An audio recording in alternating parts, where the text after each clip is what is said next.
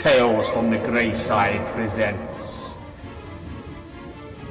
13 Nights of Halloween.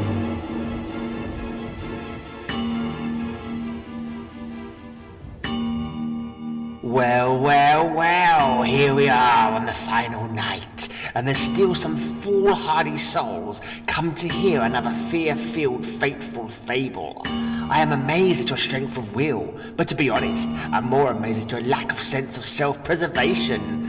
Well, here is the last tale of my 13 Nights of Halloween, and it's introduced by Cain of the House of Mystery. He's the very first murderer from the Bible, don't you know? He killed his own brother, Abel, many times. You'd better be on your best behavior when you're his guest, as he tells you a tale from House of Mystery 230 from April 1975. Hi there, kiddies, and welcome to the Loom Room here at the House of Mystery. I'm Cain, weary weaver and Kabbalistic caretaker, here to spin some terrifying yarns, guaranteed to make your mind unravel. Go ahead, turn the page and start reading, and don't mind me, I've got to stay behind for a while and tie up a few loose ends. But don't you worry, I'll be along soon. Just make sure you don't lose the thread of the story I call the Doomsday yarn. This is Bombay, India, kiddies, and the unhappy man you see is Bart Galen, a man for whom gambling is an all but fatal disease. Wiped out. Just when I thought I found the perfect system for winning at roulette, I lose everything. All night Bart had gambled, and now he wandered aimlessly through the twisted back streets of the ancient city, broke, dejected, oblivious to the voices of the starving poor, begging alms from every door and alleyway. I barely have enough money left for a plane ticket back to the States. Alms. And then suddenly, in the poorest quarter of the city, Bart stumbled upon a scene that was to change his entire life. My tapestry is almost completed, and when it is, you shall have food aplenty for yourself and the infant one. Hush, child, the ancient one works to make food for us. Bart watched in fascination as the many-coloured yarn danced gaily through the gnarled fingers of the weaver, and finally, there, it is finished.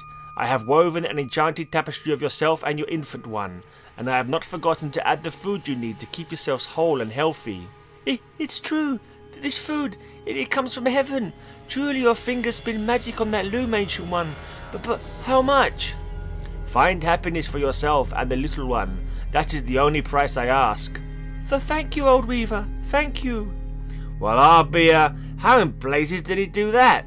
Bart waited until the woman had left, and then, can I help you, young man? Yes, you can. I was, wondering about your gimmick. I mean, how did you do that trick with the food? Yours is the mind of the true Westerner. In the West, everything is tricks and gimmicks. But here there is no trick. It is magic yarn with which I weave. With it I can weave any picture, and what is in that picture will come true. Are you serious? You mean you can weave a picture of me with a watermelon or a fancy car or anything, and it'll come true? Watermelon? What is... Never mind. The watermelon was only an example. Here, take some of this magic string or whatever you call it, and make a picture of me with $1,000,000. No, my friend, I will not, for the magic yarn must be used only to grant the necessities of life, and never to amass great wealth for the greedy and avaricious. What? Why, you pious old faker, so you won't help me, huh? Okay, have it your way. If it's the yarn that's magic, what in blazes do I need you for? I'll just take a few batches of this stuff and... No, stop! Let's just say I'm doing you a favour, old man. If you keep that racket up, the neighbours might report you for disturbing the peace. Within moments, the grisly deed was done, and Bart Galen was stuffing the bolts of magic yarn into a burlap sack. I never thought I'd ever be taking up weaving, but this magic yarn is going to make this sissy hobby pay off big. And then a short while later, in a couple of hours, I'll be back in the States. I can hardly wait to buy me a loom and start weaving my first picture. And soon, I'm ready to begin, and I know exactly what my first tapestry is going to be. Yes, sir, I sure do. Bart threaded the magic yarn onto his new loom and set eagerly to work. And a few hours later, there it was. Haha, not bad for a beginner.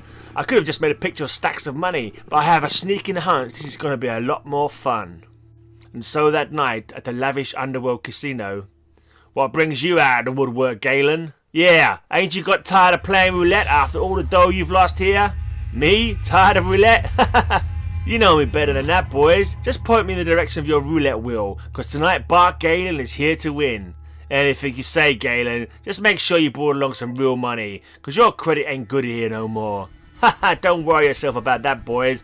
In a few minutes, it's your money I'm gonna be betting with. Here's $100 on number 34. With a flip of the wrist, the croupier sent the tiny steel ball whirling dizzily around the rim of the roulette wheel, and moments later, number 34, the winner. Haha, fantastic! Now I'll bet all my winnings on number 27. Hour after hour, Bart watched gleefully as the little steel ball rattled around the rim of the sleek black wheel, and every time it came to rest, Bart Galen won more money. Woo! I don't know how you do it, Mr. Galen, but haha, yes, I know, I win again! And more money, and more. He sure is lucky tonight, ain't he, Bobby? He sure is, Vinny. He sure is. Ah, come on, fellas. It's not all that bad. Come on now, try to smile a little. Until finally, that's all for me for tonight, Frankie. I'm getting a little sleepy. And besides, your other customers might start complaining that you've run out of money. Yes, sir, Mr. Galen. Don't you think you ought to play a little while longer, Galen? Yeah, Galen. We want a chance to win some of that scratch back. Haha, sorry fellas, I think I'll quit while I'm ahead. Maybe I'll come back some other time when I'm in the mood. Bart laughed all the way home that night, and the next morning, bright and early, he brought his winnings to the bank. I'll put it all inside this safety deposit vault. No sense putting it in a regular bank account where the income tax boys might learn about it. Then Bart returned home. He was relaxing with a nice cold drink when... Wonder who that could be? Bobby? Vinny? What are you... Me and Bobby got to thinking how lucky you was last night, Galen. Ain't that right, Bobby? Yeah. So we've decided to pay you a little visit to congratulate you on your good fortune. Ain't that right, Bobby? Yeah. What, that's very nice of... Alright, Galen, let's cut out the games. Hand over that dough or we'll shoot out all your teeth. Yeah, starting with all your molars.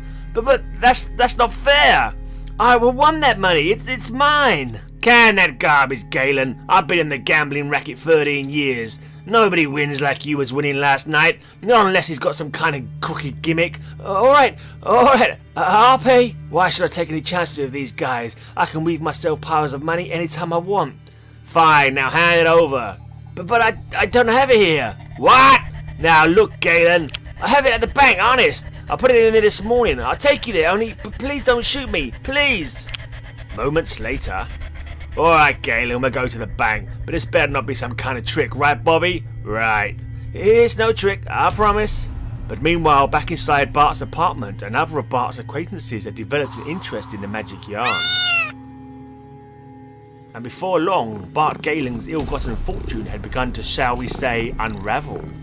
But of course, Bart Galen didn't know that. After all, how could he? It's in here, right inside this satchel. Open it up. Poor Bart, he turned that satchel upside down, and he even shook it as hard as he could, but... Nothing! What do you take us for, idiots? But it was here, I swear it was. Let me... Come on, Vinny, let me shoot out his eyeballs, huh? I want to be able to... What? I don't know what happened to the money, but I do know I've got to get out of here fast. Seconds later... There he goes, let's... Don't worry, he can't get far, but put that gun away till we catch up with him. There's too many people around. Bart ran like a madman through the crowded downtown streets, and finally, where in the blazes is he? He must have gone this way, let's go. Whew, they're gone. I'm safe, Hey, why do my legs feel so funny, as if... As if what, Bart? What exactly are you trying to tell us, Are you trying to tell us that you've discovered something new about the magic yarn? Is that what's troubling you, old buddy? Honestly, Bart, if you know something about the magic yarn that the rest of us don't know, you really ought to tell us. Instead of keeping it a secret all to yourself. It's horrible! Good grief! I warned you it was a terrifying yarn, remember?